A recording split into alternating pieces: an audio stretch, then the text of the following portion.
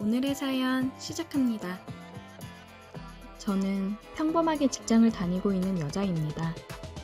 남들처럼 평범하게 살고 싶은데 무엇 하나 평범하지 못한 이 삶이 원망스러워 이렇게 글을 남겨봅니다. 저에게는 2살 차이 나는 동생이 있어요. 생활고로 많이 시달렸던 시기가 있었는데 그때 엄마가 저희를 버리고 집을 나갔습니다. 그래서 아빠 밑에서 컸어요. 실은 그냥 동생이랑 둘이서 서로 의지하며 살아온 거죠. 아빠는 엄마가 집을 나가고서 많이 힘들어 하시며 매일 술을 마시면서 지내셨는데 엄마한테 버려져 슬플만도 한데 아빠가 힘들어하는 모습을 보고 그런 건지 모르겠지만 저희가 둘이 꼭 껴안고 눈물을 참고 제가 동생을 엄마처럼 챙기는 모습과 제가 아무 말 없이 조그마한 손으로 아빠 손을 꼭 잡아주는 모습을 보고 아빠가 정신을 차리셨다고 하더라고요. 그래서 아빠는 돈을 많이 벌기 위해서 해외로 나갔다 온다며 12살이었던 저에게 통장이랑 체크카드 사용법을 알려주시며 제가 동생을 잘 돌봐야 된다고 거듭 강조를 하셨고 고모에게 가끔 저희를 봐달라고 부탁을 해놓겠다고 하더라고요. 그러면서 통장이랑 체크카드는 저 혼자만 알고 사용하라고 했습니다. 아빠가 떠나시고 저는 속으로는 많이 두려웠지만 저보다 어린 동생이 있기 때문에 더 단단해져야 된다고 생각을 했습니다. 요리책을 하나 구입해서 동생에게 밥을 차려줬고 청소며 빨래 등 집안일을 하나씩 하기 시작했어요. 고모가 가끔씩 와서 장을 받아주거나 하시긴 했지만 그것도 시간이 지날수록 집에 찾아오시는 것도 줄어들더라고요. 그래도 학교 생활할 때 부모님이 필요하면 부모님 역할을 해주시긴 했습니다. 고모도 고모 아이들 키우느라 힘들고 바쁠 텐데 그 정도만 해줘도 감사한 거였죠. 그리고 주임집 아주머니도 종종 들려서 챙겨주셔서 감사했습니다. 매달 아빠가 보내주시는 돈에서 월세를 내고 생활하는 데 필요한 것들을 최소한으로 사고 최대한 아꼈어요. 내가 아끼고 돈을 모아놓으면 아빠가 더 빨리 한국으로 들어올 수 있지 않을까 싶었습니다. 아빠랑 연락은 고모가 있을 때 아주 짧게 잠깐 하거나 했어요. 동생도 감사하게 사고 한 번 안 치고 잘 자라주었어요. 옷도 몇 년에 한 번 사주고 운동화도 다 다를 때까지 신고 투정부릴만도 한데 오히려 운동화 빨리 망가질까봐 남자애들은 특히나 축구며 뛰어노는 걸 많이 하는데 동생은 그게 걱정이 되어 제대로 친구들이랑 어울려 놀지도 못하더라고요. 마음이 너무 아팠습니다. 힘들어도 동생이랑 의지하면서 아빠가 돌아오시기를 기다렸어요. 정말 많은 세월이 흘러서 제가 고등학교 1학년 때 아빠가 돌아가셨어요. 갑자기 심장마비가 왔다고 하더라고요. 아빠가 돌아와서 함께 살 날만 기다렸는데 아빠가 원망스러우면서도 먼 해외에서 혼자 일만 하시다가 돌아가셨을 거라 생각하니 마음이 너무 아프고 죄송스럽더라고요. 아빠가 보험을 들어놓은 게 있어서 사망보험금이 나왔는데 액수는 그렇게 크지는 않았고 주인집 아주머니가 월세도 많이 줄여주셔서 저희는 그곳에 계속 살 수 있었어요. 고등학생이 되어서 알바를 시작했습니다. 아무래도 학교 끝나고 알바를 하는 거라 집에 와서 집안일을 신경 쓸 겨를이 없더라고요. 근데 고맙게도 동생이 제가 알바하고 오면 집안일도 다 해놓고 밥도 준비해놓고 있고 그랬어요. 동생도 저도 너무 일찍부터 철이 들어버린 거죠. 동생이랑 저는 잘 때도 서로 꼭 껴안고 자거나 서로에 대해 애착 같은 게 많이 심한 편이었어요. 이 세상에는 우리 둘밖에 없다고 생각을 했거든요. 저는 내가 돈을 벌어서 동생 많은 공부를 제대로 시켜야겠다 생각을 해서 고등학교 자퇴를 했습니다. 그리고 검정고시를 준비했고 알바를 열심히 했어요. 알바를 안 하는 시간에는 공부를 했습니다. 하루가 너무 부족했어요. 그나마 동생이 집안일을 도와줘서 버티며 할 수 있었던 것 같습니다. 그렇게 열심히 살고 있었는데 동생이 크면 클수록 제가 동생을 마냥 동생으로 보고 있는 게 아니라 남자로 생각하고 있다는 걸 깨달았어요. 동생을 사랑하게 돼버린 거예요.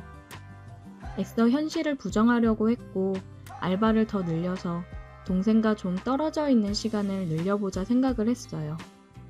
너무 둘이서 붙어 있어서 그런 걸 거라고 애써 합리화했습니다. 제가 알바가 늦게 끝나니까 동생이 집 앞에 마중을 나와 있더라고요. 왜 요즘 이렇게 늦냐면서요. 누나, 요즘 왜 이렇게 늦게 들어와? 아, 알바를 하나 추가했더니 이쯤 끝나. 누나, 그러면 너무 힘들잖아. 내가 알바 하나 할 테니까 하나는 그만둬. 누나도 쉬어야지. 걱정 마. 그리고 누나는 알바하는 거 재미있어. 여러 가지 경험도 해볼 수 있고 살면서 경험이 제일 중요한 거야. 너는 공부만 열심히 해. 누나는 그거면 되니까. 얼른 들어가자. 내가 안마해줄게. 그렇게 동생이랑 서로 의지하면서 둘 다 성인이 되었어요. 동생은 지금 군 제대를 하고 나서 대학에 재학 중이고 이제 졸업만을 앞두고 있습니다. 저는 계속 알바를 하다가 알바 사장님께서 저를 좋게 봐주셔서 아시는 분 회사에 소개를 해줘 취직을 해서 직장 생활을 하고 있습니다. 너무 감사하죠. 여태까지 알바한 돈 모은 거랑 아빠 사망보험금 일부랑 얼마 전 고모가 아빠가 고모한테도 보냈던 생활비 모아놨던 거라고 목돈을 주셨어요. 그동안 힘들었겠지만 자기도 어느 정도 목돈으로 만들어 놓고 너네한테 줘야 될 것 같았다며 집 사는데 보태라고 하더라고요. 고모 손을 잡고 엉엉 울었습니다. 제 나이 28에 작은 평수 아파트를 마련했어요.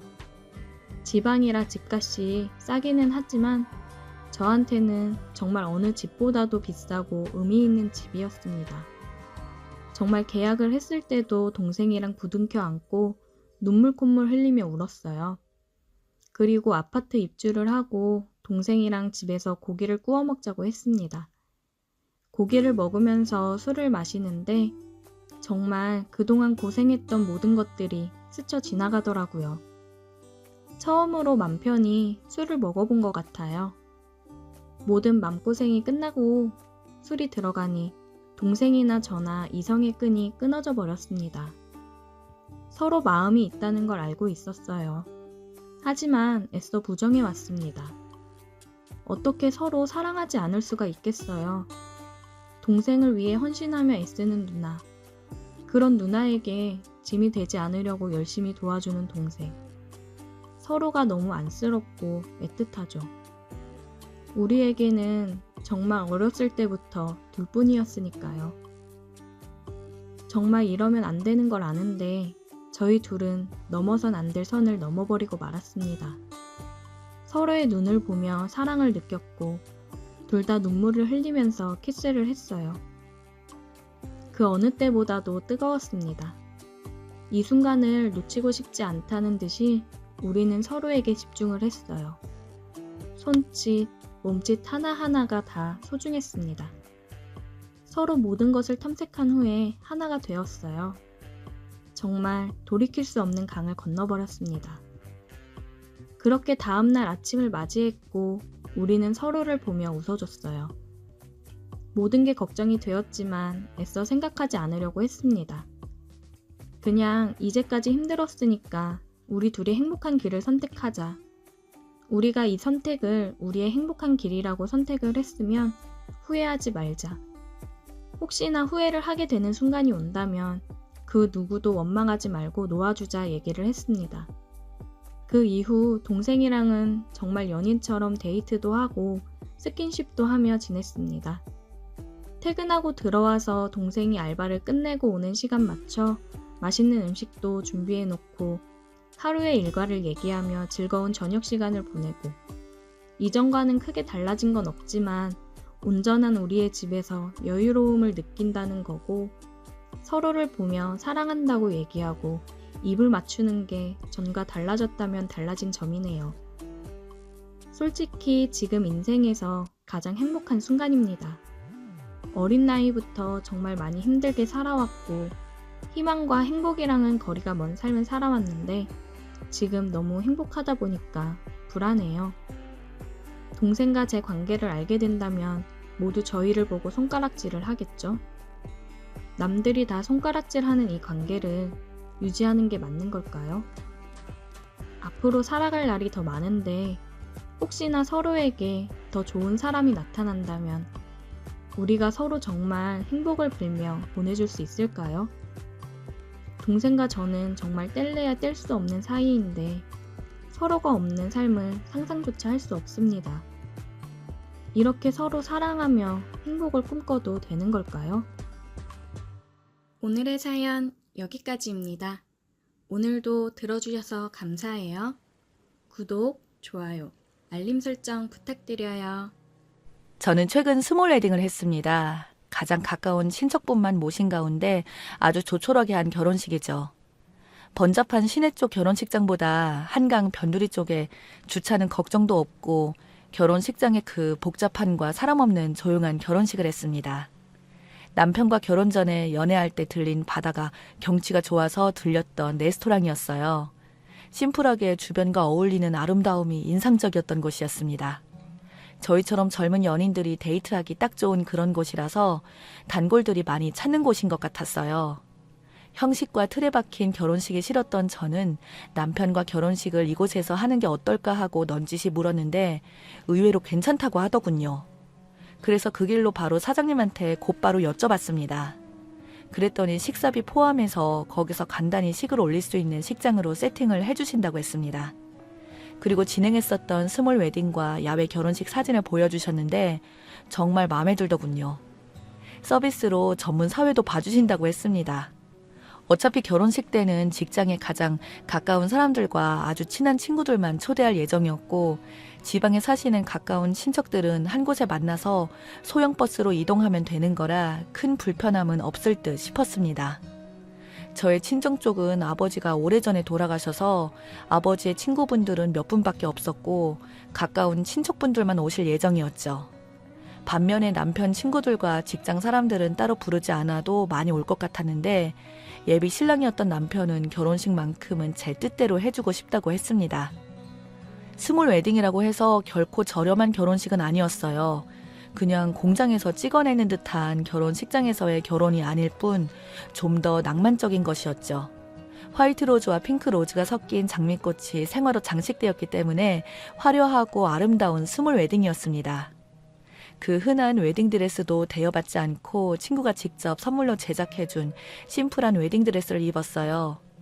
그리고 떡칠하듯이 굉장히 뜨는 신부 화장이 싫어서 미용실에서 헤어스타일만 로코코풍으로 고데기로 말고 화장은 친구들이 직접 해줬어요. 그래서 더 의미가 있었어요.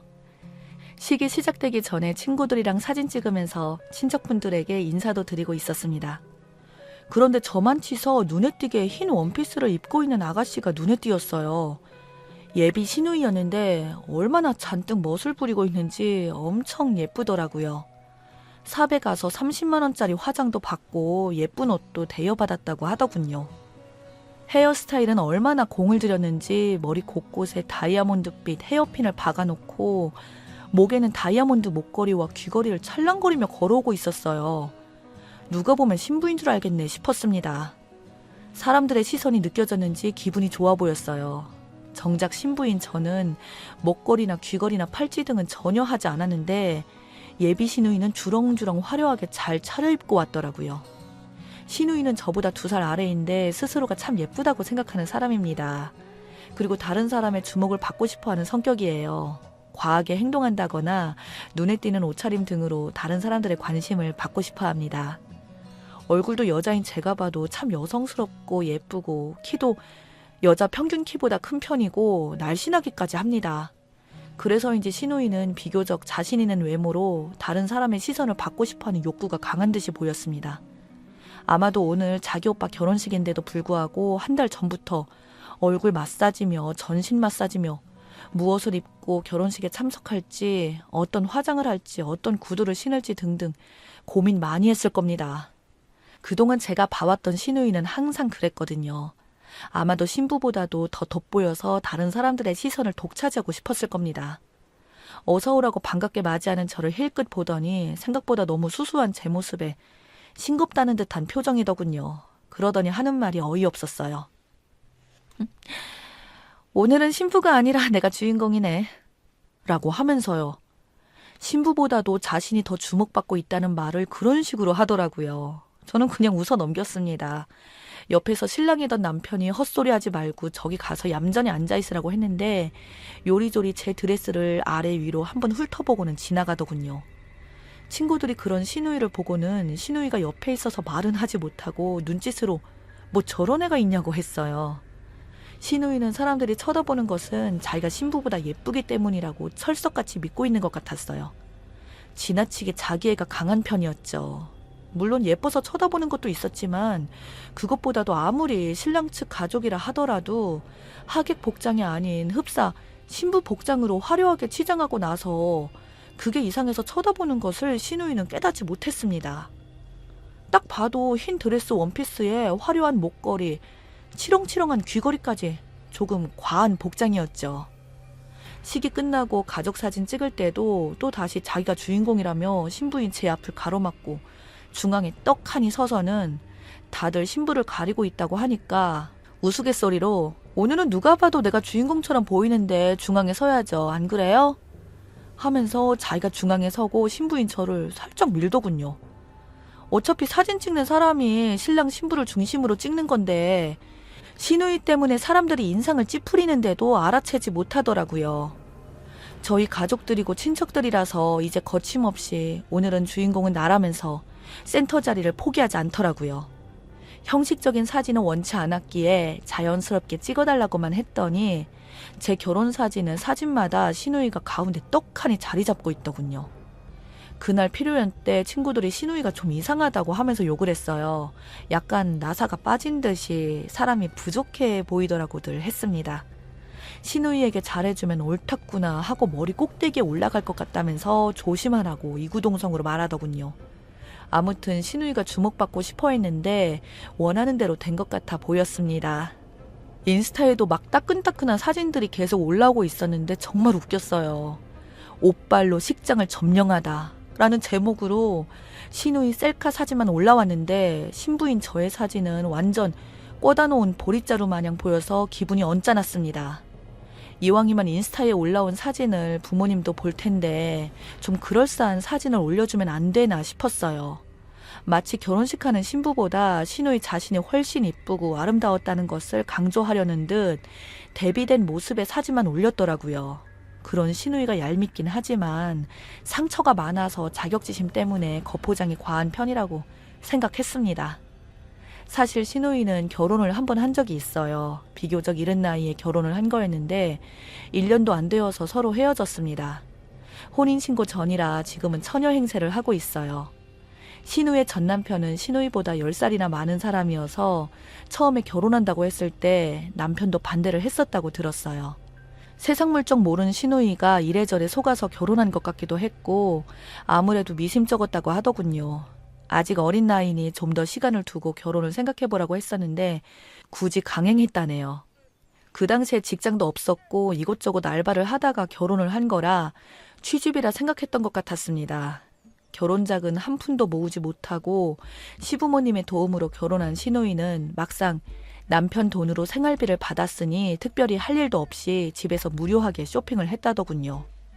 그걸 못마땅하게 생각한 시어머니가 심하게 야단쳤는데 그때 신우이가 너무 스트레스를 받는 바람에 명품백과 화장품 그리고 비싼 주방 그릇들로 쇼핑을 왕창 해버렸답니다. 그 때문에 신우이 남편과 한바탕 크게 싸우게 되었고 신우이 남편은 신우이 카드를 정지를 시켰다네요.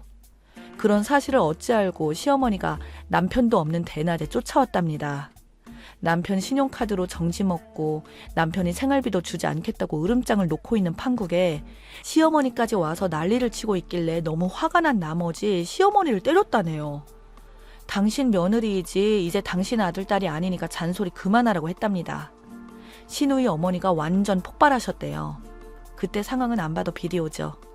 그래서 신우이 시어머니는 감히 시어머니한테 할 짓이냐며 그 자리에서 신우이 친정 아버지에게 바로 전화를 걸어서 못된 딸 교육 다시 시켜서 보내라고 했다네요. 그런데 너무 어이없게도 친정아버지가 딸 편을 들어주는 게 아니었던 거죠. 시집간 딸이니 그쪽에서 알아서 가르쳐서 살든지 말든지 버리든지 알아서 해야죠. 다 키워서 보내놨더니 고장났다고 반품하는 건 받지 않습니다. 알아서들 하세요. 라고 하시면서 끊으셨답니다. 그러자 이번엔 시어머니가 경찰서에 신고했다네요. 시어머니는 어떠한 처벌보다도 이걸 기회로 해서 며느리 버르장머리를 고쳐볼까 하는 의도였던 것 같다고 했습니다. 영악한 시누이는 시어머니 때린 적이 없다고 발뺌을 했다네요. 오히려 시어머니에게 폭행을 당했다고 주장했답니다. 그날 저녁에 경찰서에 달려온 친정엄마와 시누이의 남편이 합세해서 집안 싸움으로 더욱 시끄러워지니 일단 집으로 돌아가라고 해서 시어머니와 시누이 엄마는 시누이 남편이 집에 모셔다 드리고 시누이와 시누이 남편은 집으로 돌아갔대요.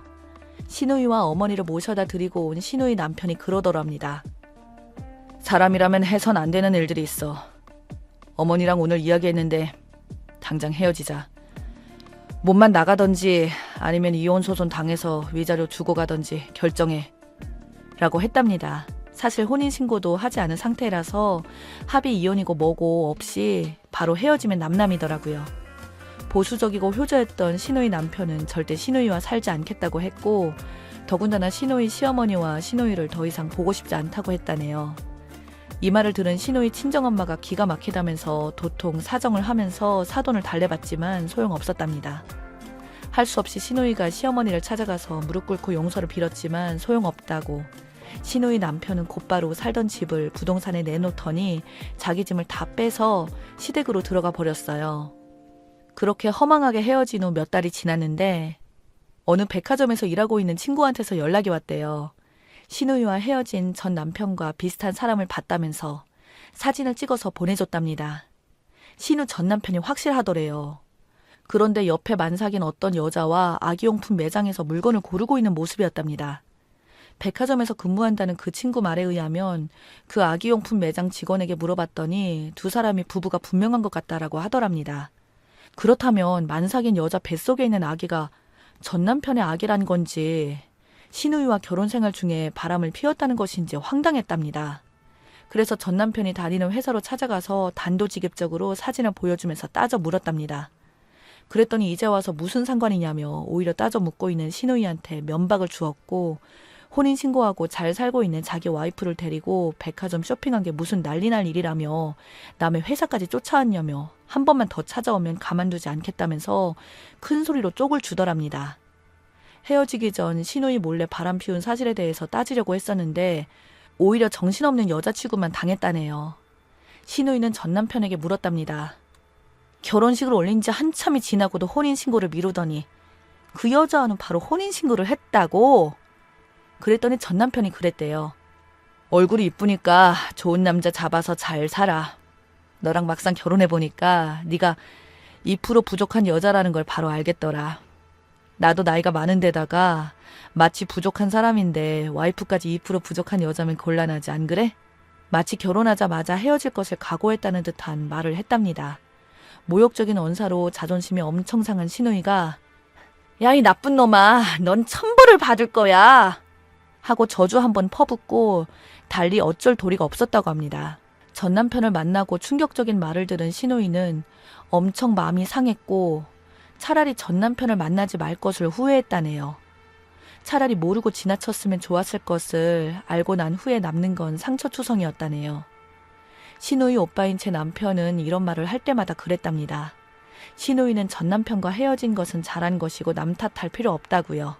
앞으로 네 허물까지 감싸주는 사랑해주는 그런 사람을 만나면 되는 것이니 마음 아파하지 말라고 했답니다. 그대로 시누이는 전 남편에게 받은 다친 마음의 상처 때문인지 좀 과한 언행을 할 때가 종종 있었어요.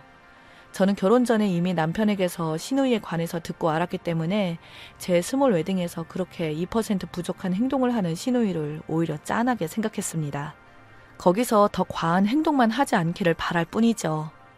시누이가 빨리 진정으로 시누이를 사랑하는 좋은 사람을 만나서 그 사랑으로 아픈 상처가 치유되기를 바랍니다. 우린 어차피 불완전하고 100% 완벽한 인간은 없기 때문에 누군가에게 2% 부족하다느니 하는 말들은 정말 쓸데없는 말인 것 같습니다.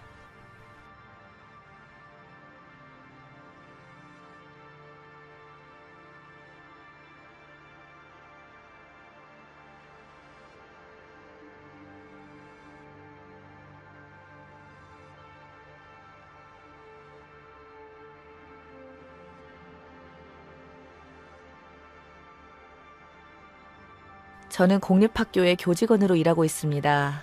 위로는 오빠가 있고 저희 부모님 모두 다 돈 되는 사업이면 이것저것 하십니다. 전원주택 건설에서 분양하시고 수산물 도매 일도 하시기도 했는데 최근 부모님 건물에 세를 내었던 식당분께서 이전받아서 장어 전문 식당을 크게 운영하고 있습니다. 저는 미국에 있는 학교에서 4년제 대학을 졸업했고 곧바로 한국으로 돌아왔습니다. 사실 전 한국에서 공부를 잘 못했어요. 저희 부모님 기준에는 그랬었죠. 경제적으로 풍족했지만 공부에는 소질이 없었던 것이 불만이시다가 결국 미국 유학을 가라고 권하셨죠. 미국에서 혼자 적응해 가기가 정말 힘들었는데 나름 많이 노력했었고 감당할 수 있었던 것은 한인 유학생 첫 번째 남친이었습니다. 그도 저처럼 좀 있는 집 아들이었어요. 저희는 순수하게 좋아했고 거리낌 없이 사랑했습니다. 가까운 친구들 앞에서 커플 반지도 끼워주며 유난을 떨 만큼 친구들 사이에서도 알아주게 화려한 연애를 했었어요. 우리가 연애를 하고 있다는 사실을 저희 부모님만 모르셨지만 남친네 부모님은 알고 계셨어요. 남친의 부모님이 미국에 오셨을 때 실제로 뵈었었고 함께 시간도 보내기도 했는데 별 말씀이 없으셔서 저희들의 만남을 인정해 주신 줄 알았습니다. 그런데 그게 아니었어요. 어느 날 남친의 어머니가 저를 찾아와서 연애는 해도 좋으나 결혼은 허락할 수 없다고 경고하셨습니다. 사실 그때 남친과 결혼을 전제로 동거하고 있었으니까요. 남친 어머니는 이상적인 분이시니까 제가 마음에 들지 않는다고 단도직입적으로 말씀하셨고 좋은 며느리가 줄을 섰다면서 알아서 처신하라고 했어요. 만일 제가 고집을 피운다면 한국에 있는 저희 부모님께 동거 사실을 알릴 거라고 하고 남친의 경제적 지원을 단번에 끊어버리겠다고 하셨어요. 그렇게 좋아 죽고 못 살던 남친은 부모님의 반대에 쉽게 무릎을 꿇었어요. 헤어지는 게 서로 좋은 것 같다며 말했습니다. 저는 미국에서 삶의 터전을 잡고 싶었는데 충격을 받아서 한국으로 도망치듯이 돌아왔습니다. 남자친구와의 관계가 남친 부모님의 반대에 부딪힐 줄은 꿈에도 생각하지 못했기 때문에 자존감이 떨어지고 힘들었습니다. 미국에서 돌아온 제가 말수도 적어지고 특별히 하는 일 없이 방콕하다가 여행을 다니며 이리저리 돌아다니니 시간을 허비한다고 생각하신 저희 부모님의 간섭이 심해졌습니다. 그래서 지금 교직원으로 있으면서 혼자 독립을 했습니다. 해가 넘어가도록 만나는 사람이 없는 것 같으니 어머니가 조급해 하시면서 선을 보라고 하셨어요. 전부 사자 돌림이더라고요. 약사, 변호사, 의사 등등 여러 번 선을 봤습니다. 모두 제 맘에 안 들었어요. 키가 작아서 옷 입는 센스가 마음에 안 들어서 매너가 없어서 등등 핑계를 다 대면서 싫다고 했죠. 그런 와중에 7급 공무원에 합격해서 처음으로 현재의 남친을 만났습니다. 사실 첫인상이 너무 어리버리해서 놀랄 정도였어요. 그 흔한 동아리 모임 한 번 해본 적도 없고 국내 가까운 곳에 여행 한 번 가본 적도 없고 친구들과 어울려서 술 마실 줄도 모르고 집, 교회 그리고 학교 도서관만 알았던 친구였어요. 세상에 별 이런 사람도 다 있구나 하고 생각만 했어요. 세상 물정도 하나도 모르고 자기 관심사에만 집중하고 평범하지 않아서 어떻게 사회생활을 적응하려나 하고 갑갑하기만 했어요. 그래서 제가 옆에서 많이 도와주었습니다. 그랬더니 고맙다고 소박한 선물도 해주고 밥도 사주더라고요. 사회 경험이 처음이라 항상 기죽은 상태에서 업무 보고는 해서 사실 안쓰럽기까지 해서 이것저것 조언을 많이 해주면서 저를 많이 의지하게 되었어요. 엄청 적응하려고 노력했고 사회 물이 들지 않아서인지 순수하고 맑은 청년이라 마음이 많이 쓰였습니다. 그러다가 정이 들어버렸죠. 때 묻은 저는 착한 그 사람에게 끌렸고 자꾸 모성 본능을 자극하는 매력에 항상 옆에서 도와주고 싶다는 마음이 사랑으로 변해가는 듯 했습니다. 이런 사람이라면 절대 배신하거나 신의를 저버리는 짓은 하지 않을 것 같다는 생각이 들었고 좋은 여자를 만나야 될 텐데 라고 뜬금없는 걱정까지 하게 되었고 신도시로 발령이 나게 되어서 매일 보지 못하게 되었는데 매일 서로 전화기를 붙들고 그날 새로운 환경에서 열심히 적응해가는 얘기를 들어가며 통화했습니다. 그리고 자동차가 없는 그 친구를 배려해서 직접 찾아가서 만났고 함께 시간들을 보냈습니다. 그쯤 되면 정식으로 사귀자고 할 법도 한데 그 친구는 그런 경험이 없어서 쑥맥이라 그런 말도 할 줄 모르는 것 같아서 그냥 제가 사귀자고 했어요. 제가 그 친구보다 5살 연상 누나입니다. 그는 오히려 얼굴이 빨개지면서 그러고 싶었는데 말을 못했다면서 수줍어하기까지 했는데 저는 그 모습이 너무 귀여웠습니다. 그렇게 사귀기 시작하면서 여행을 한 번도 해보지 못해 안타까운 남친을 위해서 내 차로 여기저기 함께 다녔습니다. 저도 그렇고 남친도 그렇고 너무 좋았죠. 패션에는 1도 관심도 없는 듯 해서 옷도 골라주고 했었는데 제가 코리한 대로 입고 다녔어요. 그가 운전을 많이 하지 않아서 운전이 서툴러서 제가 운전을 더 많이 했습니다. 오피스텔의 집기들도 센스 있게 사다가 디스플레이 해주었고 제가 사다 준 화장품만 바르고 다녔어요. 남친이 귀엽고 사랑스러우니 아낌없이 해주고 싶더라고요. 제가 나이가 있다 보니 먼저 결혼하자고 했습니다. 있으면 있는 대로 없으면 없는 대로 시작하자고 했었죠. 어느 날 저희 부모님께 인사를 시켜드렸더니 아주 마음에 들어 하셨어요. 35살에 남친을 데려왔다고 뜻밖이라고 놀라셨습니다. 그러나 남친 부모님은 제가 연상이라서 싫어하셨어요. 대놓고 싫은 소리는 하지 않으셨지만 얼굴이나 태도를 보면 바로 알아차리겠더라고요. 아마도 무슨 말씀을 하시지 않으신 것 같았는데 그래도 예비 시아버지 되실 분은 조금만 물으시더라고요. 저는 남친의 부모님 마음에 들기 위해서 남친과 자주 찾아뵈었습니다. 저희 엄마가 보내주신 선물도 드리고 해외에 다녀오면 선물 드리고 영양제며 홍삼이며 선물 공세를 했어요. 남친 말로는 예비 시어머니께서 제가 연상이라는 점에서 매우 실망하셔서 우시기까지 했다고 해서 걱정이 되었죠. 요즘 세상에 나이 차이가 무슨 상관이냐고 해도 5살 차이는 적은 것이 아니라고 생각했기에 각오는 하고 있었습니다. 그럴수록 더욱더 찾아뵈려고 했어요. 어떻게든 남친 부모님의 이쁨을 받고 결혼하고 싶었습니다. 남친 부모님도 아들이 처음 데려온 여자였고 결혼하고 싶다는데 굳이 말리고 싶진 않지만 당장 결혼을 서두르고 싶지 않다고 하셨다고 했습니다. 그러나 주말 남친과 아침 일찍 서둘러서 미리 준비해둔 예비 시부모님의 선물을 들고 댁에 내려갔습니다. 여느 때처럼 활기차게 어머님 아버님은 저희를 반기시나 했는데 아무도 나오지 않더니 저보다 2살 어린 남친 누나가 나와서 반기더라고요. 조금 표정이 어색해 보이는 게 이상했어요. 예비 시아버님은 안 계시고 예비 시어머님만 방에 계시다는데 아들이 왔다면서 안 내다보시고 이상하다 싶었죠. 그때 갑자기 안방문이 열리더니 저더러 잠깐 들어와서 얘기를 좀 하자고 하시는데 살짝 긴장이 되더군요. 표정이 평소와는 다르게 매우 화가 나 있는 것 같았는데 저와 연관이 있는 것 같았습니다. 남친이 안방에 들어가려고 하니까 못 들어오게 하고 저만 들어오라고 하셨어요. 남친도 의아해했죠. 남친 어머님은 싸늘한 표정으로 물으셨어요. 김영진이란 사람 알고 있냐고요. 저는 놀라서 말도 못하고 눈만 껌뻑거렸어요. 김영진은 미국에서 동거를 했던 전 남친 이름이었어요. 설마 그 사람을 말하는 건 아니겠지 하고 생각한 순간 남친 어머니가 뺨을 세차게 때리셨습니다. 수영이 다 알고 있었니? 나이가 많아서 왜 과거가 없겠냐고 생각했다만 글쎄 그래도 그렇지. 동거를 몇 년씩은 했으면서 우리 아들을 꼬셨어? 어디 말을 해봐라 아니라고. 저는 아무 말도 못하고 고개만 숙이고 있었어요. 나이가 많아도 아들이 좋다는데 좋은 쪽으로 생각해야지 하고 맘 다져먹고 있었는데 동네 창피해서 어디에 다니지도 못하게 생겼네. 남친 어머님이 동창회를 나갔다가 예비 며느리가 연상이라며 걱정된다며 푸념을 늘어놓았더니 얼마나 인물이 좋았으면 아들이 연상을 좋아하겠냐며 사진을 좀 보여달라고 해서 보여줬는데 동창 중 한 분이 기겁을 했답니다. 바로 그분이 김영진 씨 엄마였다고 했어요. 하필 김영진 씨 엄마랑 남친 엄마가 동창이라니 정말 제가 운이 없었던 거죠. 사실 남친에게도 과거 동거한 사실을 말한 적이 없었습니다. 고민은 했었지만 입 닫으면 모르겠거니 했었습니다. 저는 고개를 푹 숙이고 아무 말도 못하고 나왔습니다. 이제 끝이구나 하고 아무것도 생각이 들지 않았어요.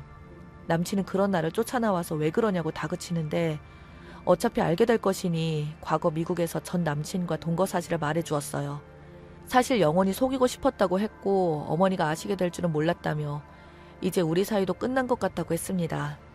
남친은 한참을 말없이 땅을 쳐다보다가 그렇지만 지금은 나를 사랑하잖아요. 나 외에 다른 남자는 없는 거 맞죠? 그래서 그렇다고 고개를 끄덕였습니다. 그거면 된 거라고 아무것도 달라질 것은 없다면서 집에 가서 기다리라고 했습니다. 그러더니 며칠이 지나도 남친에게 연락이 없었습니다. 이렇게 헤어지는구나 생각했습니다. 그리고 연락이 왔는데 뜻밖에도 결혼을 앞당기자고 했어요. 끝까지 결혼을 반대하면 따로 결혼식을 올리겠다고 하니 마지못해서 반승낙을 하신 상태라서 빨리 밀어붙여야겠다고 했습니다. 그렇게 해서 상견례장에 억지로 나오신 남친 부모님의 표정은 웃지 않으셨고 저는 죄인처럼 안절부절 못하고 있었습니다. 저희 부모님도 분위기를 파악하고 심상치 않다는 것을 알아차리시고는 눈치만 살펴보셨고 그때까지도 저희 부모님께서는 미국에서 전 남친과 동거한 사실을 모르고 계셨어요. 형식적인 말만 오간 뒤에 저희 엄마가 구체적인 결혼 절차에 대해 말을 꺼내셨어요. 그랬더니 남친 어머니가 그러시더군요. 원래는 결혼을 이렇게 서두를 생각이 없어서 아무것도 준비된 게 없습니다. 그렇다는 것만 염두에 두시고 최소한 간소하게 하고 싶습니다. 하고 말씀하셔서 놀랐는데 아니나 다를까 신혼집은 원래 남자 쪽에서 해야 하는 거지만 아시다시피 취업한 지 얼마 안 되어서 모아놓은 돈도 없으니 그쪽에서 서두르셨으니 아쉬운 대로 신혼집 장만은 그쪽에서 해주셨으면 좋겠습니다. 하고 얼굴색 하나 변하지 않고 말씀하시더라고요. 그 말에 모두를 깜짝 놀랐어요. 단도직입적으로 34평 포스트코 더샵 가격이 5억 3천 정도 하던데 그걸로 집 해주시면 따로 예단 예물은 생략하기로 하죠. 저희 아들 몸뚱어리만 보내겠습니다. 어이없구나 생각되시면 결혼 물리시면 됩니다. 남친 어머니가 작정한 듯이 완전 굳은 표정으로 또박또박 말씀하시는데 저는 간이 콩알만해졌습니다. 남친은 어머님한테 왜 그러냐고 눈치 주고 안절부절 못하고 있었어요. 그래서 저희 엄마가 말씀하셨어요. 혹시 이 결혼이 마음에 안 드시는데 아드님 때문에 억지로 나오셨냐고요. 그랬더니 남친 엄마가 저희 엄마를 똑바로 쳐다보면서 하신 말씀이 그쪽 같으면 며느리 될 아가씨가 5살 연상인데다가 수년 동안 다른 남자랑 동거한 사실을 깜찍하게 숨기고 아들한테 접근했다면 그래도 이 결혼하라고 보내실 건가요? 그렇게까지 결혼이 하고 싶어서 안달이 난 쪽에서 집과 결혼 비용 다 내고 하고 싶으면 하셔야죠. 그러자 그 말을 들은 저희 부모님이 들고 일어나서 무슨 막말을 하냐고 테이블을 치고 뚜껑이 열리셨습니다. 남친도 자기 엄마를 제재시켰어요. 이미 엎질러진 물이었습니다. 남친 엄마는 더 큰 소리로 저희 부모님께 당당하게 말씀하셨습니다. 저는 우리 아들이 과거 있어도 좋다고 하니까 어쩔 수 없이 결혼하라고 했지만 사실 해도 그만 안 해도 그만입니다. 단 하시려면 따님 포장 잘해서 보내세요. 하시고는 상견례 자리에 나가셨습니다. 뒤따라서 남친 아버지도 헛기침만 하시고는 인사만 하고 나가버리셨고요. 저희 부모님은 어이없어 하고 저를 쳐다봤는데 쥐구멍이라도 있으면 숨고 싶었습니다. 세상에 태어나 이런 수모를 당해본 적이 없으셨을 텐데 딸 때문에 이런 일을 당하셨으니 고개를 들을 수가 없었어요. 이렇게 해서 어이없이 상견례 자리에서 딸의 동거 사실을 알게 된 부모님은 오히려 화를 내지 않으셨습니다. 저에게 부모가 반대하는 결혼을 하게 되면 절대 안 되는 법이라고 달랬습니다. 남친은 다시 들어와서 꼭 설득해서 결혼하고 싶다고 하면서 저희 부모님께 무례하게 한 점 사과드린다고 고개를 숙였습니다. 하지만 저희 부모님은 이 결혼 안 된다고 하시면서 여기서 그냥 끝내자고 하셨습니다. 남친은 아무 말도 못하고 보면서 있었고 저도 더 이상 뭐라 말을 할 수가 없었지만 사실 남친과 헤어지고 싶지 않았습니다. 하지만 남친 어머님이 저렇게 싫다고 하시니 무시하고 결혼한다 해도 행복할지 너무 고민이 되네요. 일단 저희 부모님 말씀대로 결혼은 보류하고 좀 더 지켜본 뒤에 생각해봐야 할 듯 싶습니다.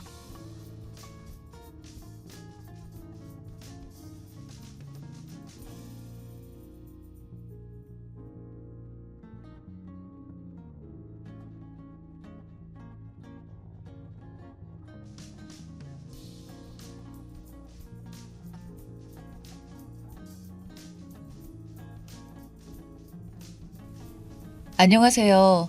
진짜 미치고 팔짝 뛸 만한 일이 있어서 여기에 글을 씁니다. 거두절미하고 본론만 말하겠습니다. 두서가 없더라도 이해 부탁드릴게요. 연애 시절부터 저는 결혼은 필수사항이 아니어서 안 해도 된다고 말하곤 했어요. 이렇게 남편을 만날 때마다 강조했던 부부는 결혼을 하더라도 아이 없이 지낼 거라고도 이야기했고요. 남편도 저의 의견에 동의했었고 우리 둘만 사랑하면 되지 전혀 문제될 거 없다며 아기는 남편도 생각조차 안 하고 있다는 식으로 말하고는 했죠. 연애하고 4년 차에 상황이 물 흐르는 대로 결혼을 하게 되었고 양가 부모님께는 아이 없이 딩크로 지내겠다 말씀을 드렸어요. 친정은 합의된 사실이면 편한 대로 하라고 하셨고 시댁은 어머님이 썩 마음에 들진 않으셨지만 남편 생각도 그렇다 하니 아무 말이 없으셨어요. 그리고 결혼을 하고 7개월이 조금 넘었네요. 그런데 요즘 들어서는 남편이 아이를 원하는 눈치입니다. 사랑을 하는데 눈치를 보다가 없이 하려고 한다든지, 물론 제가 위험하다고 생각하며 안 한다고 합니다. 아이들 있는 곳에서는 저 애들 좀 보라며 너무 예쁘지 않냐 그러네요. 또 아기 옷 파는 가게 아시죠? 작은 마네킹에 잘 보이게 진열해 놓잖아요. 지나가다가 그 앞에 딱 멈추더니 여자애들 옷은 진짜 너무 이쁘다며 인형옷 같지? 그치 자기야? 이런 이야기를 하기에 물었어요. 오빠, 아기 갖고 싶어? 요즘 들어 자꾸 이러네. 그랬더니 아기를 원한대요. 본인 부모님들도 손주를 원하신다 그러고요. 전 애초에 아이 생각 없다 얘기했고 남편도 동의했으면서 이제 와서 이러는 거 너무 어이없어요. 아이를 갖는다는 마음이 손바닥 뒤집듯이 쉬운 것도 아니고 저는 전혀 생각이 없습니다. 하다못해 TV를 봐도 스트레스를 줍니다. 일요일 예능에 아빠가 아이들을 케어하는 프로그램 보면서 아기가 있으면 남편도 저렇게 잘할 수 있다며 제가 듣는 앞에서 호기롭게 얘기합니다. 하루는 시댁을 갔는데 어머님의 친구 손주가 너무 이쁘더라. 친구 손주 재롱에 시간 가는 줄 몰랐다는 등의 이야기를 하시더라고요. 제 앞에서 그런 이야기를 하시는 것도 좀 불편해서 자리를 피하려고 하는데 남편이 옆에 오더니 엄마가 자꾸 그런 이야기로 스트레스 주면 더 아기가 안 생기니까 그냥 모른 척하고 기다리세요. 라고 하는 거예요. 너무 황당하고 어이가 없었죠. 집에 와서 따지고 들었더니 손주를 부러워하시는 부모님이 너무 안쓰러워서 대충 둘러댄 거라고 하더군요. 나 원참 그럴수록 희망 고문을 하면 안 되는 거 아닌가요? 그러더니 아니나 다를까 그 뒤부터는 어머님이 수시로 전화 오셔서 혹시 아기 가질 생각은 없냐고 물어보십니다. 몇 번 대응을 하다가 차단한 상태고요. 뭐라고 이야기를 해야 할까요? 전 정말 낳을 생각이 없고 제 일을 계속하고 싶어요. 또 육아는 좀 힘든가요? 지금이야 넌 낳기만 해라. 내가 다 키울게. 하지만 낳고 나면 뒤치다꺼리는 제가 다 할 거 뻔히 보이고 주변 친구들 보면 지옥 육아에 힘들어하는 거 한두 명이 아닙니다. 제 몸 망가지는 것도 싫고 출산도 싫었어요. 결혼하면 얘가 어쩌겠어 하는 마음으로 대충 제 비위를 맞춰주는 척 하다가 지금 와서 본색을 드러내는 것 같아서 괘씸하기도 하고 제 뜻을 뻔히 알면서 자꾸 마음을 떠보니 진짜 미칠 노릇이네요. TV며 길거리를 다닐 때며 아이들만 있으면 은근히 아이들이 예쁘다 떠보는데요. 정말 어떻게 해야 할까요? 조언 부탁드립니다. 추가합니다. 댓글 다 읽었습니다. 남편은 한 번도 딩크라 생각하고 산 적이 없다라는 글을 보니 정말 열이 올랐습니다. 시술하라는 댓글을 읽고 점검 전에 제가 시술하겠다니 펄쩍 뛰며 절대 안 된다네요. 그러길래 그럼 오빠가 시술하라고 했더니 왜 본인이 시술을 하냐고 계속 화를 냅니다. 서로 말을 하다가 끝내 뺨 한 대를 맞았습니다. 네가 언제까지 젊은 것 같냐면서 씩씩대더니 손찌검을 해서 미안하다며 생각 좀 하고 온다면서 나갔습니다. 저도 너무 어이가 없고 맞은 것도 기가 막혀서 서러워서 울다가 진정 좀 하고 글을 추가합니다. 전 예체능 종사자고요. 너무 다행스럽게도 수입이 꽤 들어오고 있어서 남편과 거의 비슷하거나 제가 더 버는 달도 있습니다. 빚이 있어도 혼자여도 부족하지는 않아요. 비록 짧은 기간이었지만 그동안 가정의 기여도도 남편은 거의 없음에 가깝고요. 제가 프리랜서로 일하다 보니 연주나 수업이 없는 시간은 다 자유라 대부분 제가 부담했어요. 몸을 쓰는 직업이다 보니 임신 기간이 절대적으로 방해라고 생각을 했고요. 이 모든 이유를 들어 이야기를 해도 돈은 자기가 벌 테니 걱정 말고 다시 생각해보라네요.